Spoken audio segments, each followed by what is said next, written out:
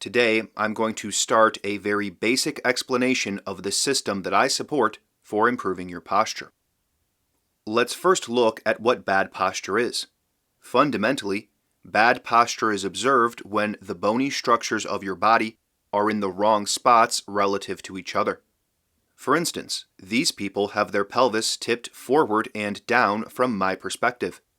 Their pelvis should be further back and up, but it's pushed forward out of place. However, an individual part of the body can't be out of place on its own. When your pelvis tips forward and down, other parts of the body have to compensate. Your rib cage, for instance, will be pulled forward at the lower end, but then to counterbalance all this weight forward, the top end of the rib cage will be pulled back. This is what bad posture is. It's when the bones are misoriented and in the wrong spots. To be clear, the issue is not specifically in the pelvis or the rib cage. They go wrong in relation to each other. If we zoom out a little, we could say that the torso, which is the body minus the arms, legs, neck, and head, is bent and not upright and lengthened. This is key.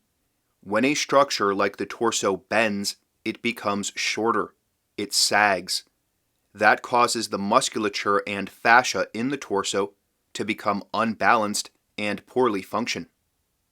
So now we have to figure out, how do we get to the correct configuration of the bones?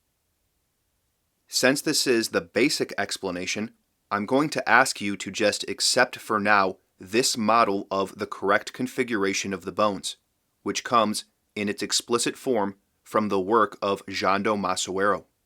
That way we can get to the real question. How do we change our posture towards this better configuration? I'm going to start with a specific example of the pelvis.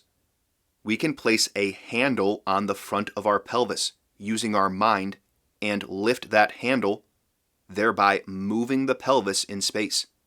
Now obviously this handle is in our mind.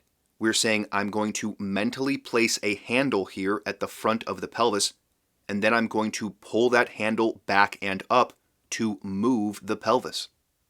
Remember, the whole problem is the bony structures are out of place. We have to move them. And because we have an incredible conscious mind, we can imagine the correct movement and we can plan out a way to do it. In the end, pretty much everything that I teach on this channel really comes down to creating the points where we will place a handle and then describing the kind of movement that we want to make by pulling that handle. We need the right leverage to move the bony structures in the right direction. So we choose these points of leverage, then move the bony structures from these leverage points. Let's take a big picture look at the problem here for a second. In our poor posture, we are moving parts of our body into the wrong place. We are moving our pelvis into this wrong position. You may not be doing it intentionally. In fact, you're almost certainly not doing it intentionally. But you are, objectively, making that movement. It's visible. But it's happening on the subconscious level, without your intention. So how do we overcome that? It's really a tricky problem. If it's happening without you even intending it, how do you stop it? If you don't have control, how do you get control? The answer is, we have to engage our conscious mind. Occasionally, people bristle at this idea. There are some who don't want to think about how they use their body, and lucky them, they often can't think about how they use their body.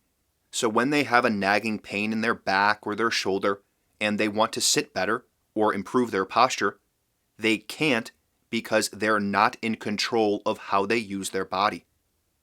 The question is not, are you always using your conscious mind to control your movements? The question is, are you even capable of doing it if you wanted to? From my point of view, the goal is to quicken the conscious mind. It takes a lot of thought to first move your pelvis in this intentional way.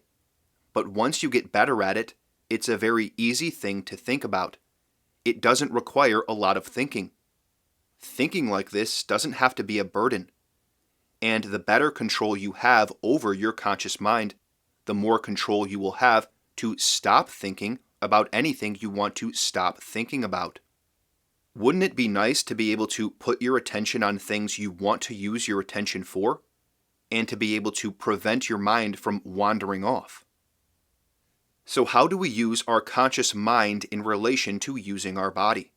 Besides these verbal directions that allow us to make a detailed explanation of the desired movement, we can also use a model. Let's come back to our pelvis example. Grab a book, or something square-shaped might even be better. Get a pen or a ruler as well. Hold the book like a pelvis that you're seeing from the side. Connect the ruler close to the front to represent the femur or the thigh. Now we have a model of the pelvis and the upper leg. Where we are holding the stick is the hip joint. Let's make the wrong posture that we see by tipping the pelvis forward and down at the front. We also tend to see people forward out over their feet by angling their upper leg forward. So let's move the pelvis forward so the thigh is angled. Now let's model the correct movements. We want to rotate the book, lifting at the front and sort of dropping the back.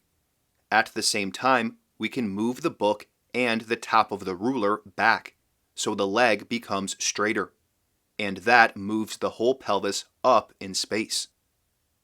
That's the set of movements that we want to make. We are rotating around the hip joint and moving the upper leg back in space. This model also helps us understand the limit. We don't want to go so far that the leg becomes angled again or the pelvis tips back.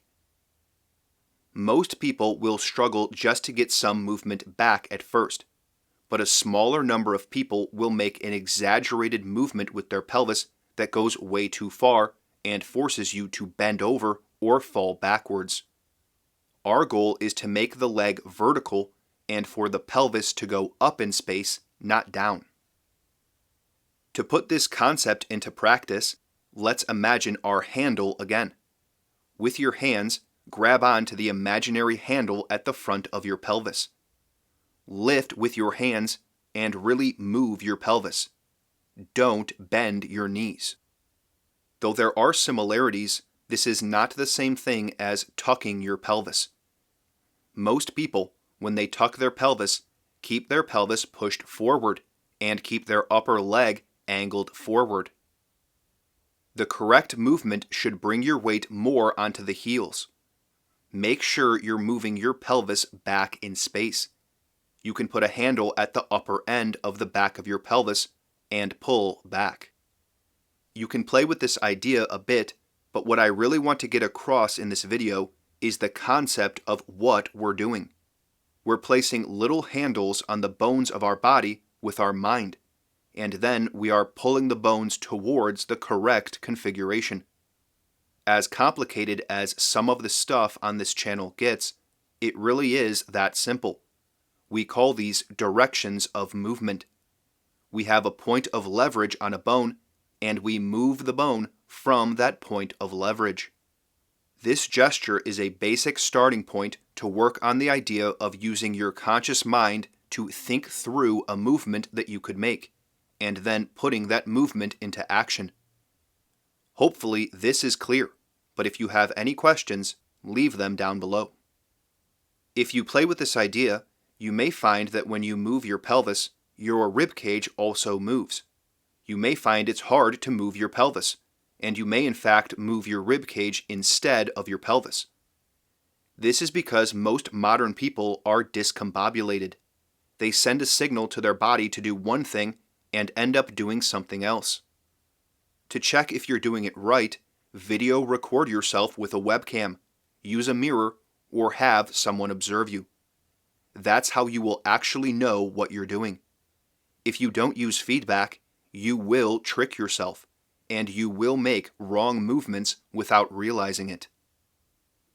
If you're having trouble getting this movement going, it's likely more a mental block than a physical one. The shortened muscles and fascia that result from poor posture do present a certain challenge, but anyone with a functioning body can make these movements. Spend a little time with it. Put your hands on the imaginary handle. Check over the video of yourself. See what's going wrong. This movement is really simple. It's not easy, but it is simple. You can do it. Don't try it just one time. See if you can get more movement and more control over the movement over the course of a few days. But there is a little problem here. The pelvis and the rib cage are connected by many muscular and connective tissues like fascia. Moving one produces a force that pulls on the other. We'll look at how to solve that problem in the next episode. For now, just see.